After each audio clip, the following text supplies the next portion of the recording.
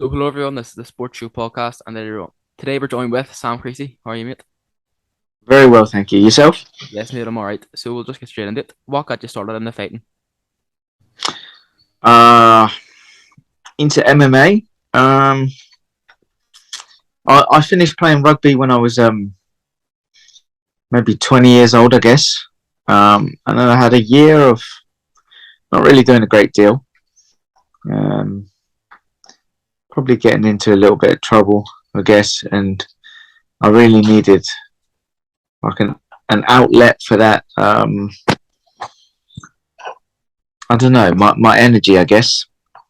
Um, My brother was already in martial arts. He'd started kickboxing when he was at school, a little bit younger. Um, and he started to get really into watching the UFC because we didn't really know what MMA was at the time. Yeah. It was just, oh, well, look at this thing. I think it was on Bravo back in the day. Um, so he tried to convince me that I should watch that with him. I wasn't really interested at first, to be quite honest. I had a limited knowledge of martial arts. Really, I I assumed kind of naively that boxing was like the be all and end all, and the boxer will always win almost. Yeah. Um, and so he eventually dragged me down to a local MMA gym that just opened right in our town. Um, and I got my ass kicked like an awful lot for probably the first 6 months. I mean, I still get my ass kicked sometimes. um, and I haven't really, neither of us have looked back since. I don't think we left the gym. we've, we've been pretty much in there since we began. Um, and I feel like now it's probably something that was missing from when I was a child growing up, probably in my teenage years. Could have just used that structure, that discipline, the respect that comes alongside it. But there was nothing really available when I was growing up around that kind of time, or nothing obvious that stood out.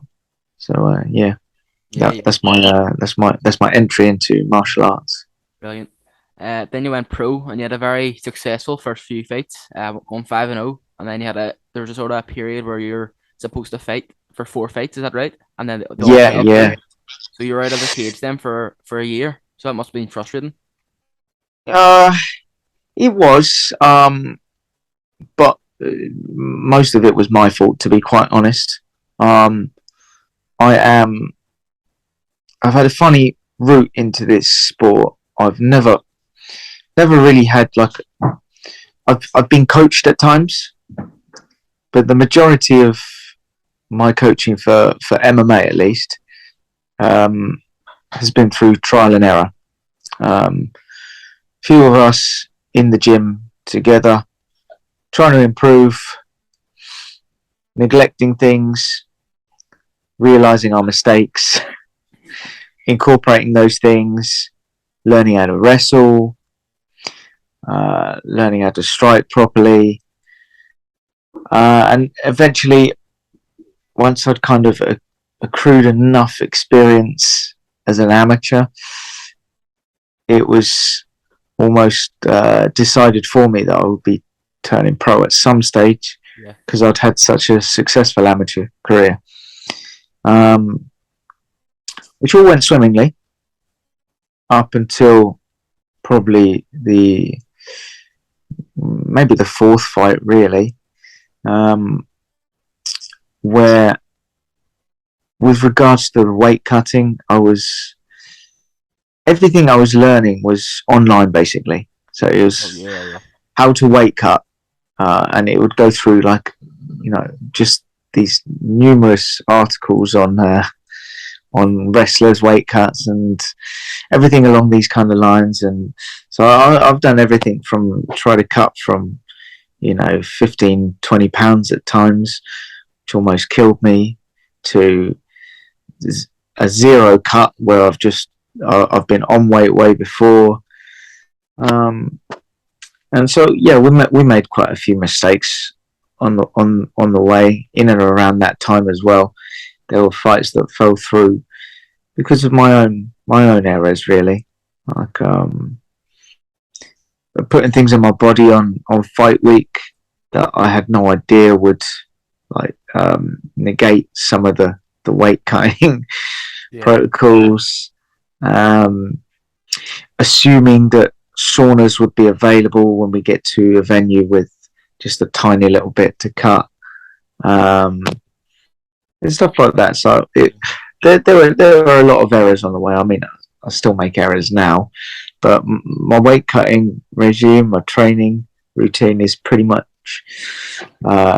set now, and I know exactly what works with my body. The weight cuts now we can get pretty much down to within a 20-minute window of when we're actually going to be on weight. So Yeah, yeah. it's a lot better now. Yep. And then after that, Cage Warriors then got a hold of you. You Mm-hmm. fight on one of their cards. So that must have been quite exciting for you to fight on such a big organization. Oh yeah, I'd always like followed Cage Warriors. I'd always looked at the bantamweight division, and then when the flyweight division came along, I knew that was where I was going to end up, or hoped that's where I was going to end up. And you know, it was having missed weight on those occasions, and really like put my career back quite a bit with those fights that fell through. I was very grateful that I was offered an opportunity to fight at 135 on the Welsh card and make my debut. Um, it went successfully, thankfully. It was that was kind of like the stepping stone to getting where I am now, I think. Yeah. And you must have impressed them because you haven't left for about 5 years. No,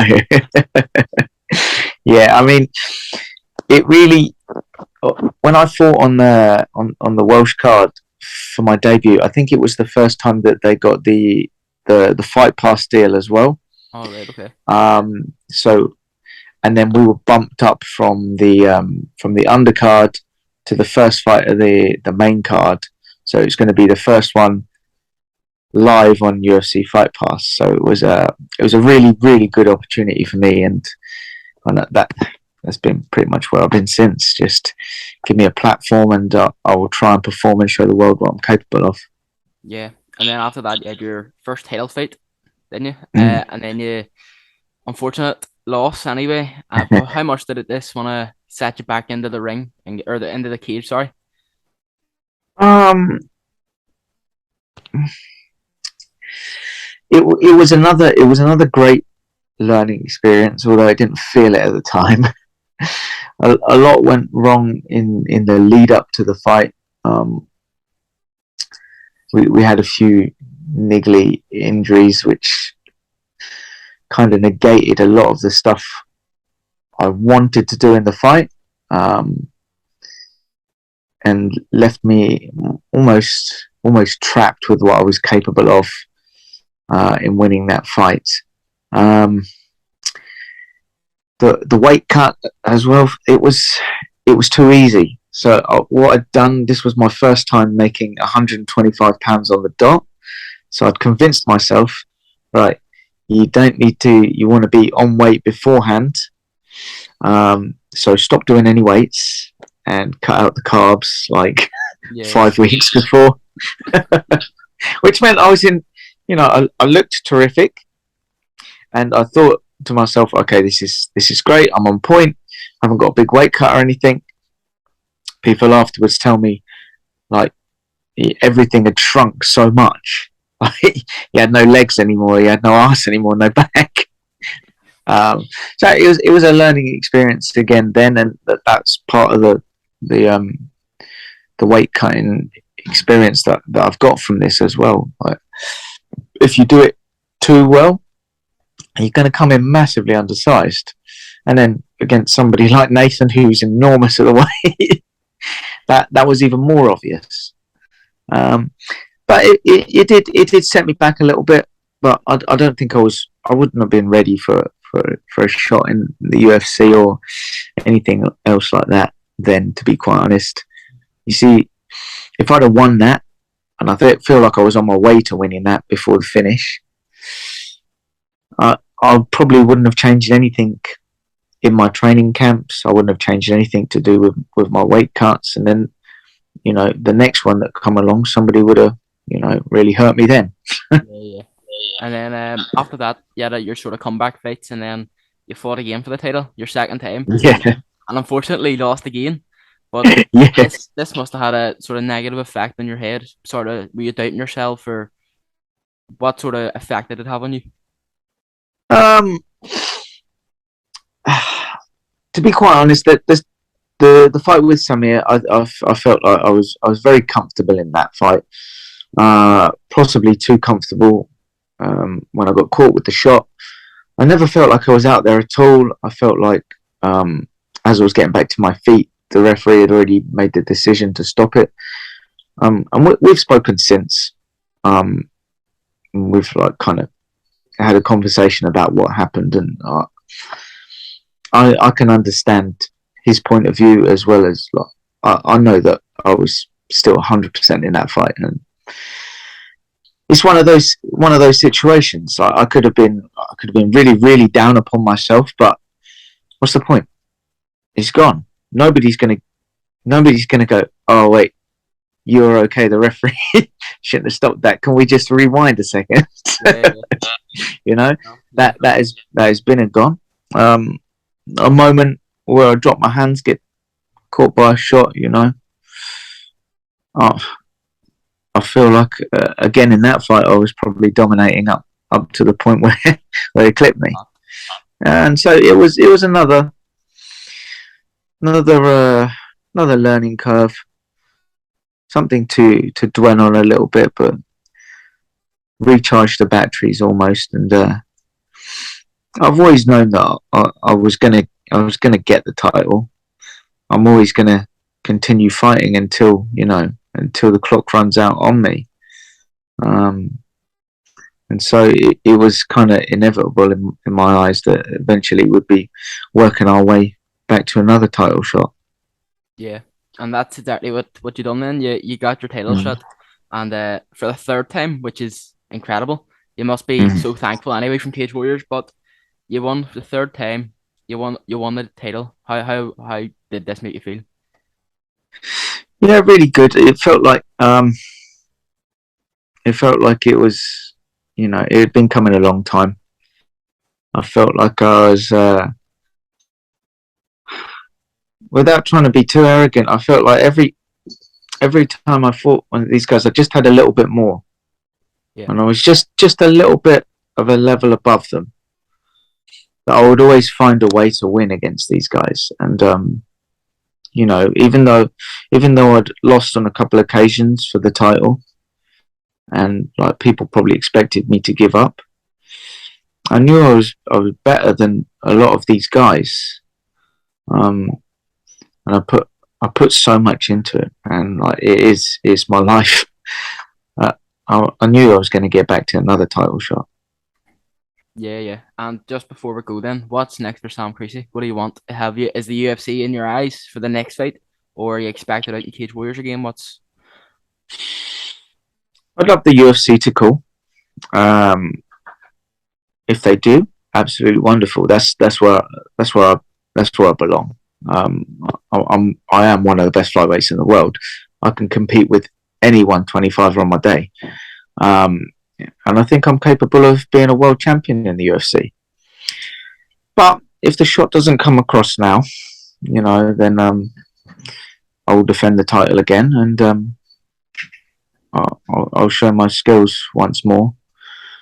Put away another challenger at 125, and show I'm the best 125 outside the UFC right now. Yeah, brilliant. And just one last question before we go. Whenever I was doing a wee bit of research about your fighting history, in your amateurs, did you fight against Paddy the Pimblett or Paddy The Baddy Pimblett? Is that you? Yeah? I did. Yeah. So I'm going, isn't it? Yeah. So I didn't know whether it was definitely you. Yeah, Yeah, I mean, I don't look anything like I did back then either. Yeah. I was just double checking. Do you know what I mean? But yeah, brilliant, mate. Yeah, Thank you very yeah, much for coming on. It's been a pleasure. no problem. See you later. Speak to you soon, alright? Thanks. Bye.